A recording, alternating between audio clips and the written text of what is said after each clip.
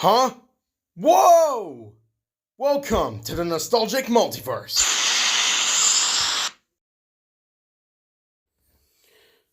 Well, obviously you already know what this channel is, but now it's time to get into it. This is going to be Mini Views episode 8, and this episode is a birthday special. Why exactly? Because, well, today's my birthday. And I've got a lot of stuff to show off. So, yeah, with that out of the way, let's get into it. First, let's start off with something from the Sonic the Hedgehog movie series, and specifically one that's from the second Sonic the Hedgehog movie, Dr. Ivo Eggman Robotnik. This is the last one I needed in order to complete the set of Wave 1 figures from Sonic the Hedgehog 2. So, let's get them out of that packaging. So, here we have Robotnik, and he has the detail of the third movie figures, of the second movie's design, because of the coat and even the fashion design. It's quite cool. And it's nice to have a Jim Carrey figure, being honest. And he comes with the accessories of a latte with steamed Austrian goat's milk, and also an egg drone.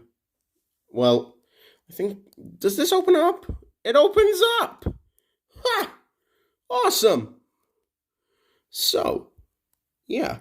That's probably gonna do it for Eggman, but I'm just gonna open the droid because I feel like it. Yeah, so the droid's ready to attack Sonic in his path, and even more so Knuckles and Tails. Next up, we have Shadow the Hedgehog, rival to Sonic in the mainline Sonic game series, and supposed antagonist for the third movie. This figure it has good detail, but it doesn't have any posability, unlike Robotnik. Because Robotnik has sections where he can make very goofy awe movements, while Shadow, on the other hand, he can only stay in this one pose. For the Ultimate Life Form, this figure doesn't feel ultimately good. But it's still a nice figure. It has the details like the chest fur, the hover shoes, and, well, many other details. I mean, it's all good. It's a good figure, but still, without any posability, this figure of the Ultimate Life Form is the ultimate disappointment. Next up, we have a Ninjago core set. And trust me when I tell you, when I saw these sets in the store, I was like,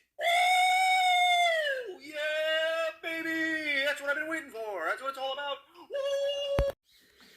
But getting back to the set, this one, it kind of reminds me of the 2014 rebooted set, which came with Lloyd in a bike, as well as Dr. Borg in a motorcycle for himself, but, well, he was evil. And this one doesn't even come with another motorbike. This just comes with a Lloyd bike and a bone shrine with a bone warrior. So let's take a look at these figures. And no, actually, let's take a look at the set itself. So, first up, we have Lloyd's bike and Lloyd himself. I have a gripe with Lloyd in this set.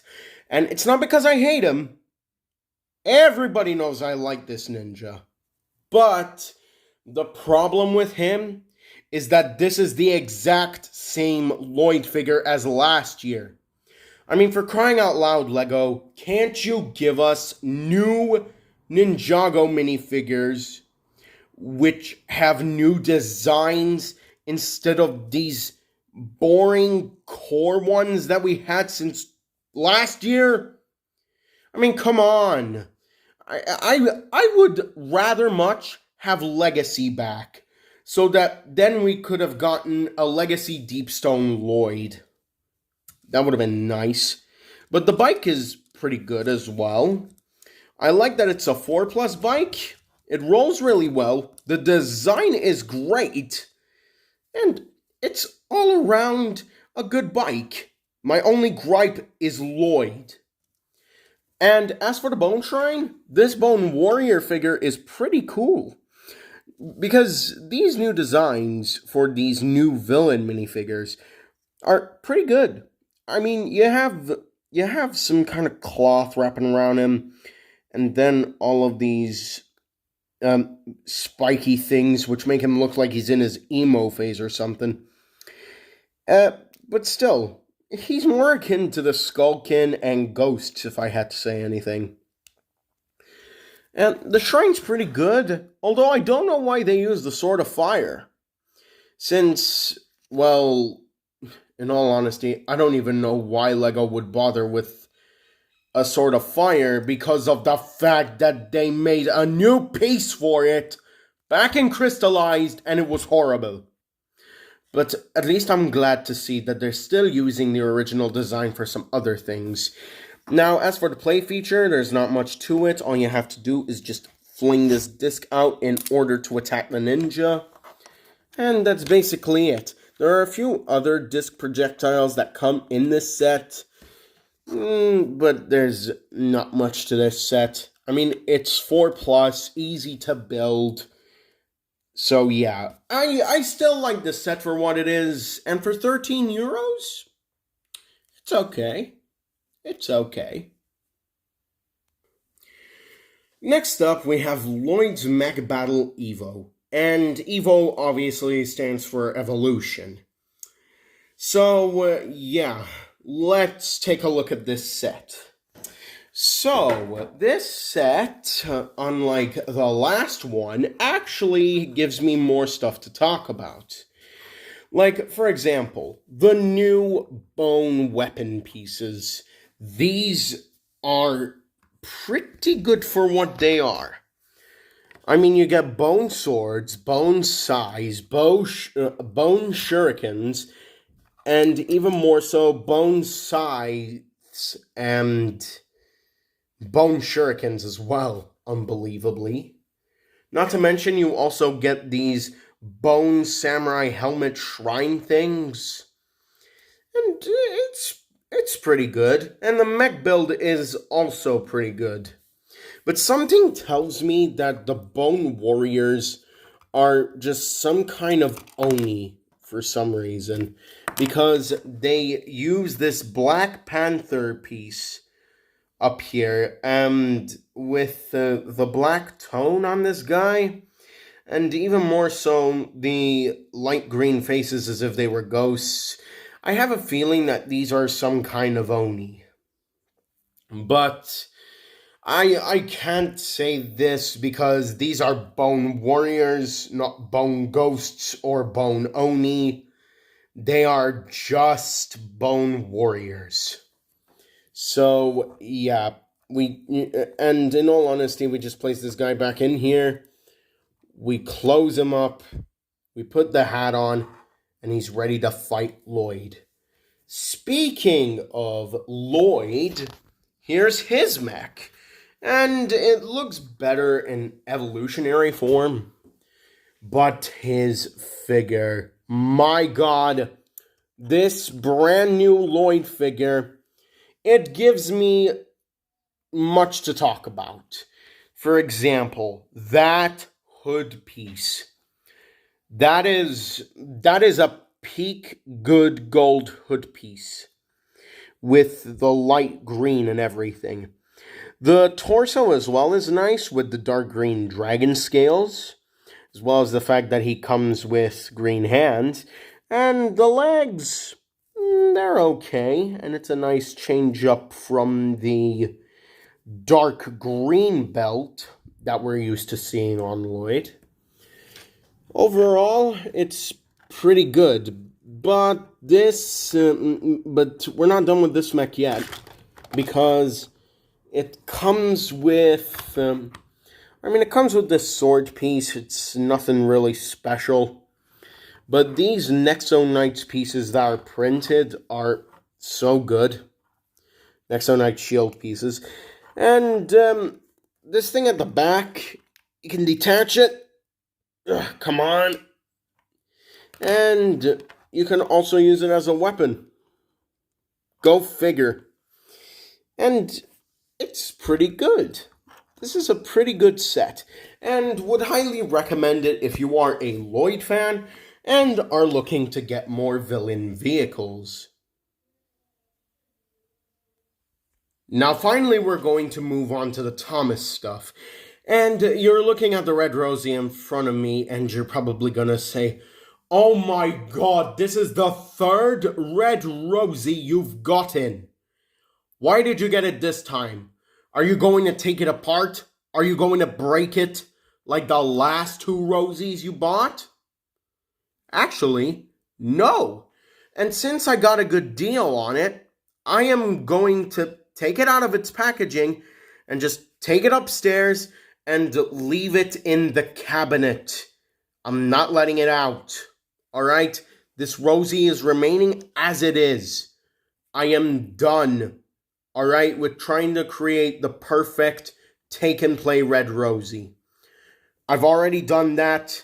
So, yeah. Just taking apart this Red Rosie is completely useless to me.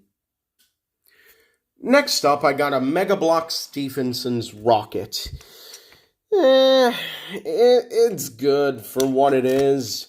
I mean, it's just 3 simple pieces and you can put them together instantly. Got the back here, and then you've just got his boiler and his pistons. One thing I don't like about this is that he doesn't have his big wheel. I mean, if Mega Bloks could make a special mold for Emily, then why can't they do the same for Stephen? It's so dumb that they couldn't even give this guy a big wheel. Shame on you, Mega Bloks. Shame on you. Next up, we've got 8 Ertls. And these 8 Ertls are actually welcome additions into my collection. And I'll be explaining why now. Thing is, I don't have these. So, yeah, Mavis, Doc, Ben, Rheneas, Diesel, and Clarabelle are all additions into my collection. And Rusty and Duncan, I need to explain as to why I got them. You're probably going to tell me in the comments, but don't you already have an Ertl Duncan as clearly shown in your Thomas diecast collection that you made months ago? Yeah. But the problem with that Duncan is that its back buffer beam is completely destroyed. And as for Rusty, well, you can possibly figure out why already. The back buffer beam completely gone. The front, along with the face, completely gone. The front buffer beam, completely gone. So, yeah, the reason as to why I bought Rusty and Duncan is clear. And even more so the reason why I bought Mavis, Doc, Ben, Rheneas, Diesel, and Clarabelle. I've already got Annie, so why not add Clarabelle in? Diesel, well, don't we have enough ADOs? I mean, 08 Chunters. But it's okay. It's okay. Diesel, he's okay. Rheneas, well, I obviously got Smudger, but hey, I can't resist getting Rheneas. I needed to get Ben because I already have a Bill and I don't want that Bill to feel lonely.